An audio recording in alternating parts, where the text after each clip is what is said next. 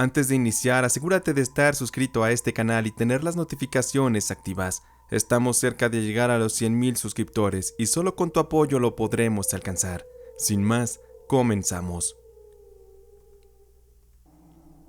Buenas noches, querida comunidad. Yo quiero compartirles una historia que sucedió en mi pueblo, allá en la década de los años 60. Este lugar se llama Ranchos y está ubicado en la provincia de Buenos Aires, capital de Argentina.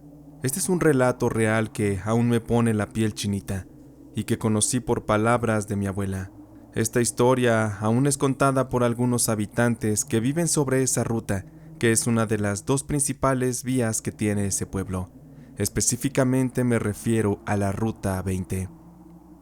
El origen de esta historia es bastante interesante y a la vez importante para entender lo que ocurre en aquellos caminos.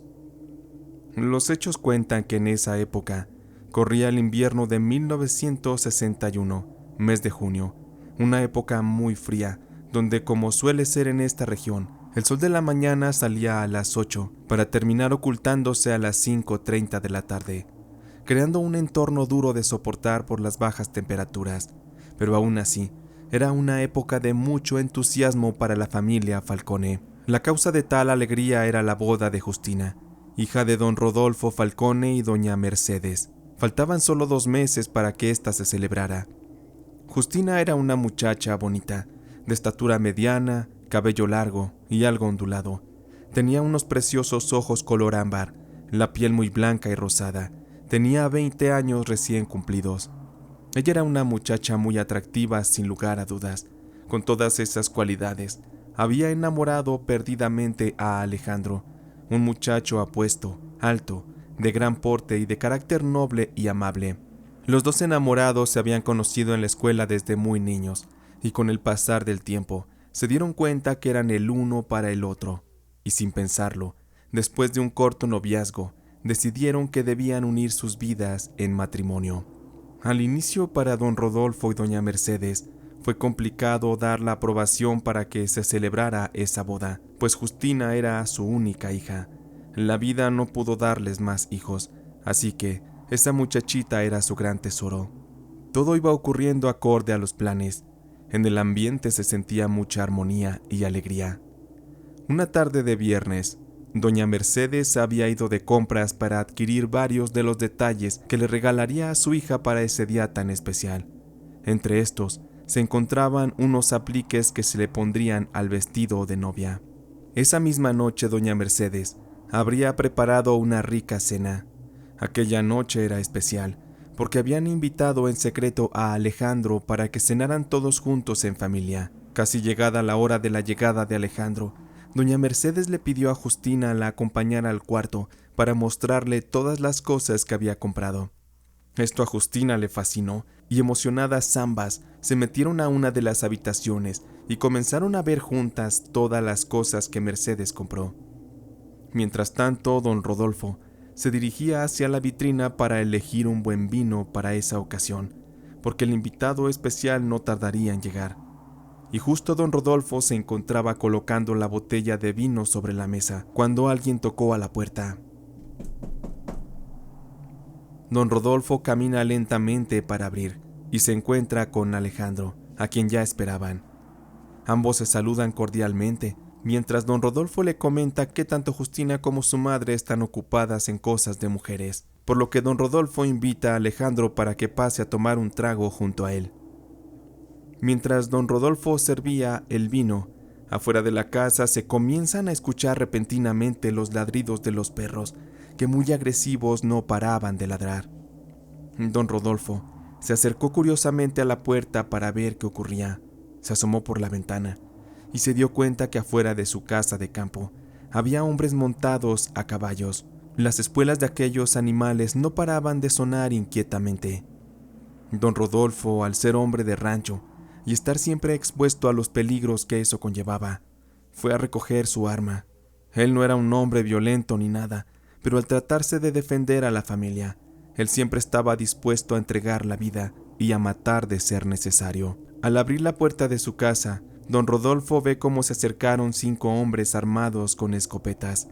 Aquellos eran ladrones, asaltantes de casas de campos. En aquellas zonas eran conocidos porque esos bandidos buscaban adueñarse de lugares enteros o solían robar ganado, joyas o todo lo que podían. Uno de los bandidos soltó 2 disparos al aire. Con ello, tanto Justina como su madre, estando en la habitación, se sobresaltaron, preguntándose qué estaba ocurriendo afuera. Justina estaba muy nerviosa. Ella quería salir a ver qué ocurría, pero su madre, al verla tan alterada, le pidió que mejor se quedara con ella en la habitación, en lo que la situación se calmaba. Además, Justina traía el vestido de novia puesto, y lo podría dañar al salir, o bien, la mala suerte le podría llegar si es que Alejandro la llegaba a ver vestida así. Por lo tanto, mientras Justina se quedaba en el cuarto, doña Mercedes salió a ver qué ocurría, pero antes se encargó de ponerle llave a la puerta para que Justina no saliera. Cuando doña Mercedes por fin se encontró con su esposo y con Alejandro, pudo ver que los malhechores estaban apuntándoles, les exigían dinero y todo lo que pudieran quitarles.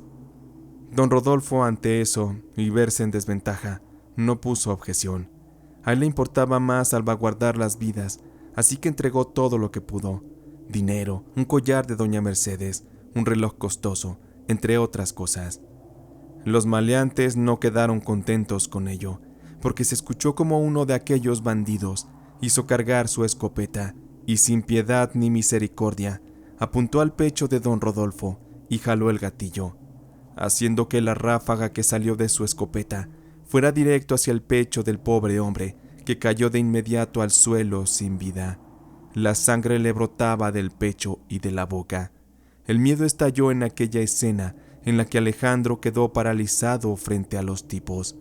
No pudo hacer más, porque antes de que intentara cualquier cosa, otro de los bandidos, que era un experto tirador, hizo estallar su pistola con una potente bala que entró por la frente del muchacho y le atravesó por completo el cráneo, destrozándoselo.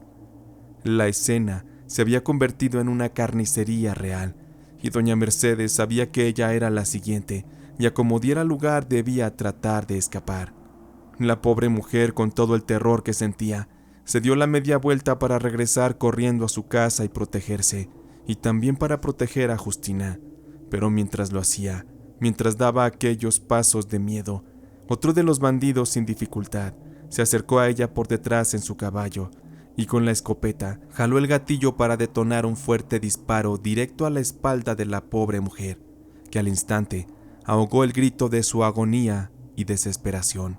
Sin habla, con el corazón destrozado por la impunidad, Justina, quien desde su habitación había escuchado la tragedia que ocurría con su familia, pero al estar encerrada, sin más opción, ella corrió para impactarse contra la ventana y así caer directo al corral de las ovejas, que se encontraba justo a unos metros. Por fortuna cayó en un punto seguro, pero aún así, el golpe fue tan fuerte que Justina quedó inconsciente por varias horas. Al levantarse en un completo estado de shock, Justina caminó hacia donde estaban los cadáveres. Ella, destrozada, los vio tirados sobre la tierra, sin vida, tirados al olvido. Todo lo que ella más quería lo había perdido en un instante en manos de aquellos salvajes.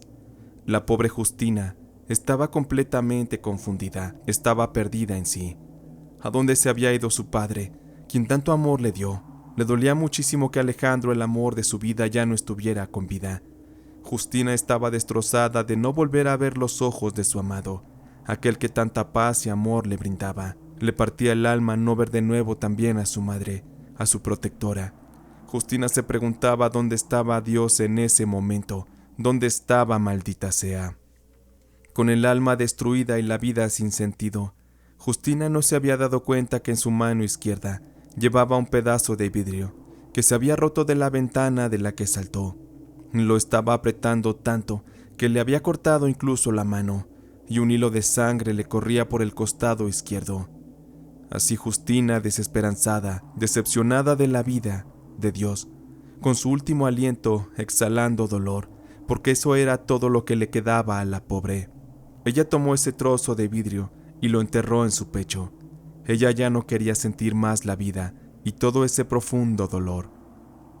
Justina, aún en shock y con una herida que pronto le arrebataría de esta existencia, dio sus últimos pasos que le llevaron a caer justo al lado de la carretera, formando un pequeño río de sangre como la huella de una triste muerte que perdura hasta hoy. Realmente esta es una historia muy triste. Se dice que las almas en pena existen, los fantasmas también, y hasta la fecha se dice que Justina se aparece por las madrugadas en aquella Ruta 20. Su alma no ha encontrado descanso, porque aún no se ha podido desprender de ese dolor tan fuerte que le fue provocado en vida. Y hasta hoy muchos son los testimonios de conductores que transitan por esa Ruta 20, quienes han dejado infinidad de testimonios. Hay quienes han confesado que al ir por la ruta se les aparece una mujer de blanco, con un vestido de novia, caminando al lado de la carretera, y cuando se bajan a auxiliarla, ésta desaparece. Hay quienes han informado que de ir conduciendo, de repente al voltear al asiento del copiloto, ven sentada al fantasma de Justina. Sin embargo, hay algo peculiar en todo aquello, porque dicen que Justina se aparece no como un fantasma maligno, sino como un fantasma que viene desde el más allá para ayudar a las personas cuando se van quedando dormidas en el camino, y esto representa un peligro, o bien cuando vienen muy alcoholizados. De esto hay muchos testimonios de que Justina les ha ayudado a despertar y sobre todo a salvar sus vidas. Por eso es que cuando vayan en carretera y lleguen a ver algo, es muy posible que aquello no quiera hacerles daño. Estoy segura de que hay una historia triste y trágica en la mayoría de esos casos, y puedo asegurar que esas entidades lo único que necesitan es un poco de ayuda para trascender, o bien solo pretenden ayudar a los conductores, tal y como en este caso que les he contado de Justina, el fantasma de la Ruta 20. A ti que escuchas este episodio, me gustaría saber qué es lo que más te da miedo. Te agradecería si en los comentarios me lo haces saber. Me interesa mucho conocerlo. Por ahora vamos a escuchar la siguiente historia de esta noche. Estás escuchando Relatos de Terror del Gato. Hola, Relatos de Terror del Gato, y a todos los escuchas de este canal. Mi nombre es Jesús Iván Díaz, y la historia que les voy a contar no me pasó a mí, pero le pasó a mi tío, y les aseguro que a más de uno les dará escalofríos todo esto que pasó en un pueblo muy pequeño de la ciudad de Puebla. Aquel era un lugar con muy pocas casas, quizás unas 30, y como se imaginarán había muy pocos pobladores, pero pese a eso, hace tiempo se construyeron algunas aulas en las que se instaló un kinder y una primaria. Aquello era bueno porque así se abrían las posibilidades de que los niños recibieran al menos el conocimiento básico. En la primaria recuerdo que contaba con un salón de computación, y bueno, pues ya saben cómo están las cosas en mi México, con aquello del tema de los robos. Así que cada semana, para cuidar aquellos recursos, por las noches, un padre de familia de cada casa del pequeño pueblo se tenía que turnar para velar y cuidar de que nadie entrara a robar. Primero le tocó a mi tío, de quien no daré el nombre, pero este tenía una perrita pastor alemán que al verla daba miedo, porque era una perra imponente, fuerte, muy grande. Con eso llegaría la primera noche en la que debía cuidar y velar la escuela. Para estar más seguro, mi tío cargó con una pistola para lo que se ofreciera, y se llevó también a la perra pastor alemán. Mi tío, muy tranquilo dentro de la oscuridad del salón en el que se metió para resguardarse del frío, colocó sobre el piso algunas cobijas y puso una también para su perrita. Ambos se acostaron y mi tío se comenzó pronto a quedar dormido. Él estaba muy a gusto en su profundo sueño y el lugar estaba aparentemente tranquilo, pero algo comenzó a perturbar su descanso. Una cosa que estaba con ellos esa noche, y ese algo quizá no era tan bueno. Mi tío fue comenzando a despertar porque escuchó cómo la perrita comenzó a gruñir. Estaba muy temerosa, algo la estaba perturbando. El pobre animal temblaba de miedo y mi tío fue notando cómo las cosas que había en las estanterías se comenzaron a caer. Había una extraña vibración. No había explicación para aquello, y también mi tío fue sintiendo un inmenso calor en aquel oscuro lugar, y poco a poco se fue dando cuenta que había una luz que emergía del piso, una luz que cada vez se hacía más brillante. Parecía fuego, pero no lo era. Se trataba de algo aterrador que había emergido desde el infierno, porque mi tío cuenta que desde dentro de ese fuego, él comenzó a escuchar una voz que le llamaba por su nombre, usando una especie de telepatía. Mi tío asustado se sentía paralizado también del miedo. Él recuerda cómo agarró su pistola y trató de descargarla en contra de aquel demonio, pero la pistola parecía estar como atascada. No funcionaba. Mientras tanto, mi tío escuchaba cómo aquella voz le decía cosas. Mi tío siempre había padecido de dificultades económicas y en aquel tiempo mucho más. Por eso es que la voz demoníaca le estaba proponiendo un trato a mi tío. Esa voz le ofrecía decirle dónde podría él encontrar muchas monedas de oro con las que podría hacerse rico.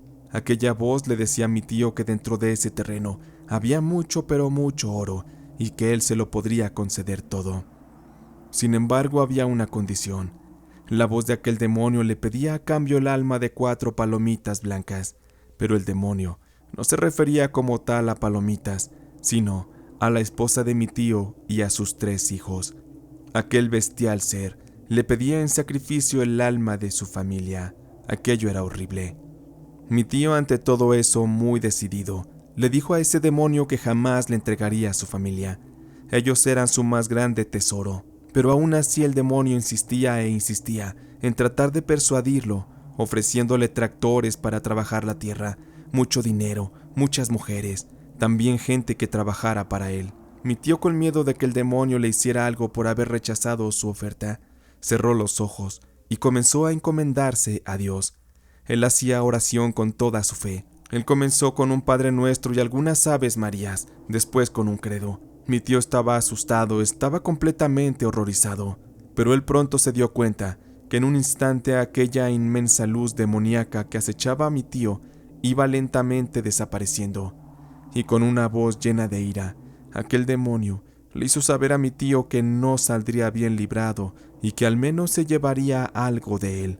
Mi tío, asustado, vio cómo todo regresó a la normalidad, pero en cuanto desapareció aquel demonio, él escuchó cómo su perrita hizo un chillido. El pobre animal estaba muy asustado y se había orinado del miedo. La perrita se encontraba arrinconada y en un profundo estado de shock. Mi tío, muy asustado, agarró a su perrita, salió de aquel salón y vio que todo estaba oscuro y tranquilo, como si nada hubiese pasado. Aún así, él ya no quiso quedarse en ese lugar y caminó hasta llegar a su casa. Pasaron 2 días y la perrita no se lograba recuperar. La pobrecita estaba muy decaída, como enferma. No quería casi comer y lloraba como si algo le doliera. Mi tío, al tomar en cuenta lo que había pasado, imaginó que la mala energía de aquella entidad demoníaca que se le apareció había quedado impregnada en su mascota, porque la perrita constantemente miraba hacia las paredes o hacia puntos donde no había nada y comenzaba a llorar, como si ella pudiera ver cosas que estaban más allá de nuestro alcance, y eran cosas definitivamente horribles porque la asustaban todo el tiempo. El pobre animal quedó traumado con todo aquello. La cosa se puso muy grave al punto que a mi tío no le quedó más que llevar la perrita con el sacerdote para que le diera una buena bendecida. Al principio al sacerdote le pareció absurdo aquello, pero al ver a mi tío llorar por su mascota y después de haberle rogado mucho por ayuda, el sacerdote no tuvo más remedio que acceder a hacerle una oración y a rociarle de su agua bendita a la pobre perra. Mi tío regresó a casa con su perrita en los brazos. Lamentablemente, aquella bendición no fue suficiente. La energía oscura de aquel ser hizo cumplir sus amenazas, y esa misma noche, extrañamente, una víbora se metió a la casa de mi tío y se dirigió justo hacia donde se encontraba la perrita. La víbora le hizo una mordida letal en su patita y la perrita no logró sobrevivir a ese ataque. Ya estaba muy débil y murió muy rápido. Además, en aquella zona no había siquiera veterinarios en donde atenderla. Para mi tío fue un golpe muy duro perder a su perra. Él la quería mucho, él la amaba, era su compañera. Hasta la fecha creemos que aquella perra pastor alemán absorbió todo ese mal que estaba destinado para mi tío. Ella dio su vida para salvarlo. Ahora creo fielmente que los animales son más que nuestros compañeros y llegan a nuestras vidas con una misión muy especial. Más allá de ser simples animales, ellos se convierten en una extensión de lo que somos. Y así termina esta historia que quería compartirles. Les mando saludos al buen Diego y a su bella comunidad. Antes de cerrar este episodio, quiero mandar saludos a María Ángela Calo y a Jesús Iván Díaz, quienes nos compartieron las historias que hoy escucharon. También saludos para Natalia, que nos escucha en Medellín, Colombia, y siempre está al tanto de los relatos. Por mi parte, no me queda más que agradecerles por habernos acompañado. Yo soy Diego y soy el gato humano. Podemos ir en paz. Esta noche de relatos de terror del gato ha terminado.